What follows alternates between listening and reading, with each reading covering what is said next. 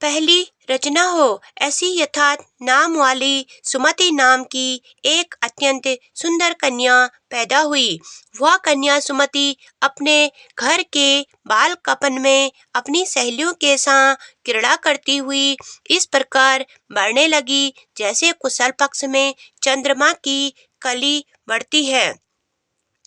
उसका पिता प्रतिदिन दुर्गा की पूजा और होम किया करता था। उस समय वह भी नियम से वहां उपस्थित होती थी।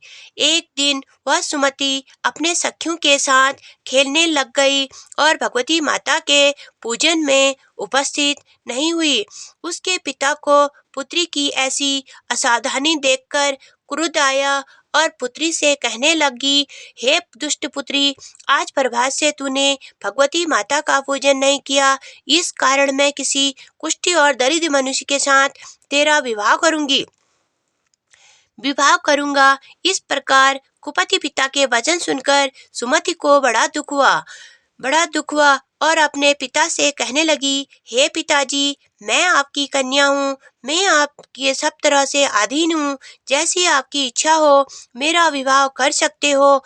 होगा वही जो भाग्य विधाता ने लिखा है। मेरा तो इस पर पूर्ण विश्वास है।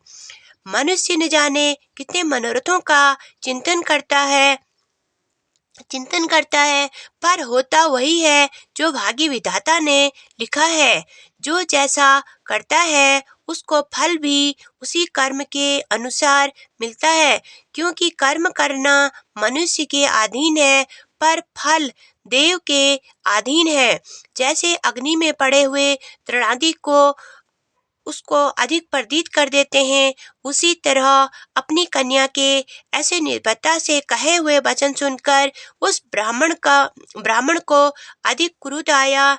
तब उसने अपनी कन्या का विवाह एक कुष्ठी के साथ कर दिया और अत्यंत क्रुद्ध होकर पुत्री से कहने लगा कि जाओ, जल्दी जाओ, अपने कर्म का फल भोगो। देखें केवल भाग्य भरोसे रहकर क्या करती हैं। इस प्रकार से कहे हुए पिता के कुट वचनों को सुनकर सुमति अपने मन में विचार करने लगी, ओह मेरा बड़ा दुर्भाग्य है जिसे मुझे ऐसा पति मिला है। इस तरह अपने दुख का विचार करती हुई वह सुमति अपने पति के साथ